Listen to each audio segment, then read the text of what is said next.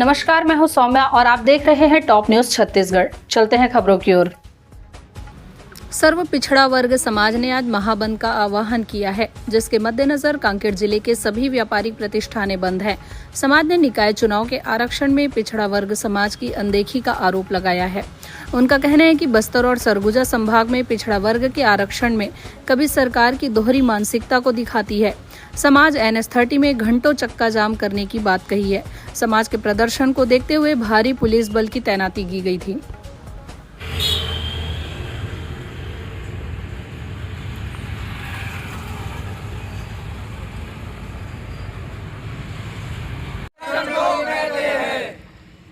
बोले भारत माता की जय, भारत माता की जय। पिछड़ा वर्ग समाज जिंदाबाद, जिंदाबाद, जिंदाबाद। पिछड़ा वर्ग समाज जिंदाबाद, जिंदाबाद, जिंदाबाद। आरक्षण में कटौती नहीं चलेगी, नहीं चलेगी, नहीं चलेगी। आरक्षण में कटौती नहीं चलेगी, नहीं चलेगी, नहीं चलेगी।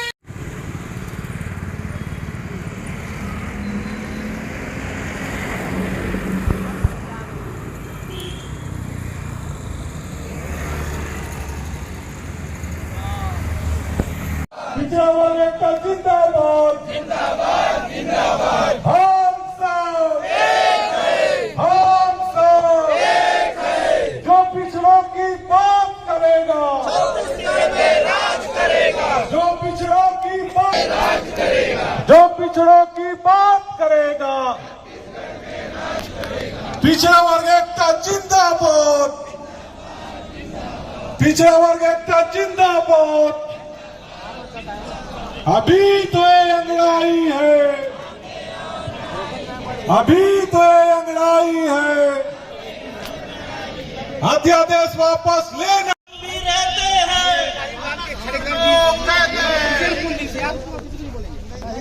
नहीं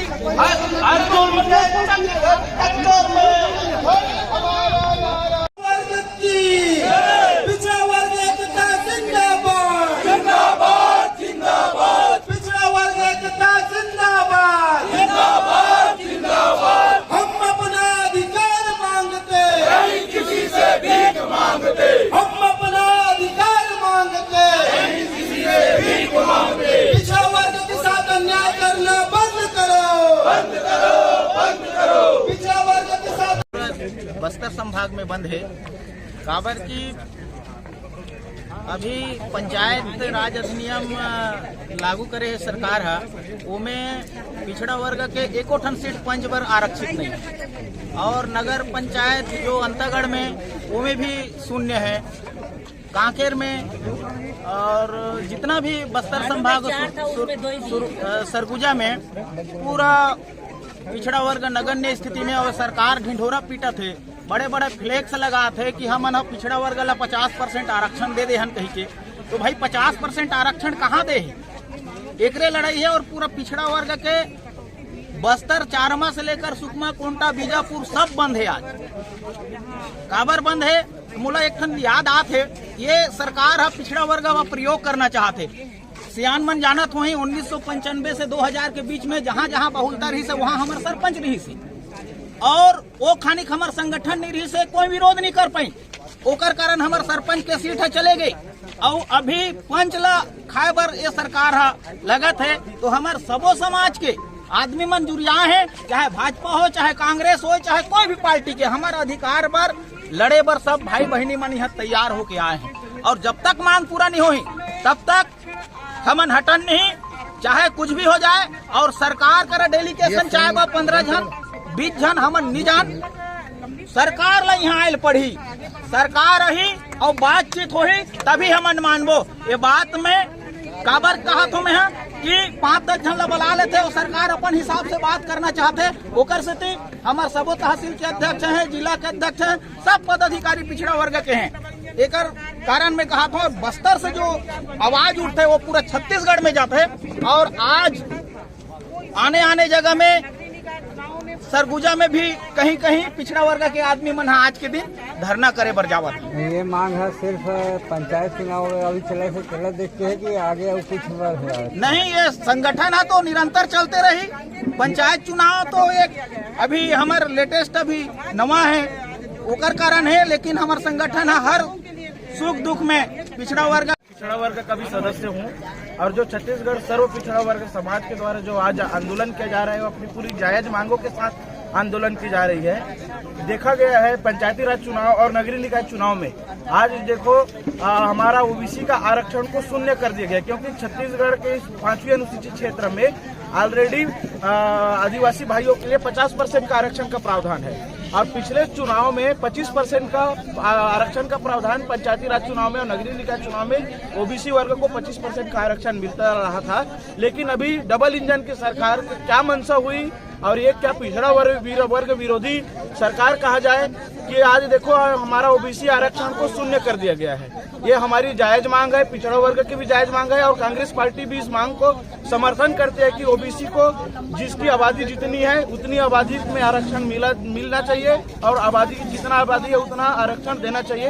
ये हमारी मांग है और आगे भी हम सड़क की लड़ाई लड़ने के साथ साथ कांग्रेस पार्टी न्यायालय तक की दरवाजा खटखटाएगी इस आरक्षण की मांग को लेकर। निकाय चुनाव और पंचायत चुनाव समय काफी नजदीक है, तो क्या ऐसा नहीं लगता है कि आपकी जो मांगे वो पूरी हो पाएगी? जी, जहाँ एकता है वहाँ एकता में तो बल होना चाहिए और आज जितने पिछड़ा वर्ग के भाई एक रूपता के साथ यहाँ उपस्थित हुए हैं, निश्चित रूप से विष्णुदेव सरकार को इस हमारी जायज मांगों को मानने के लिए बाध्य होना पड़ेगा।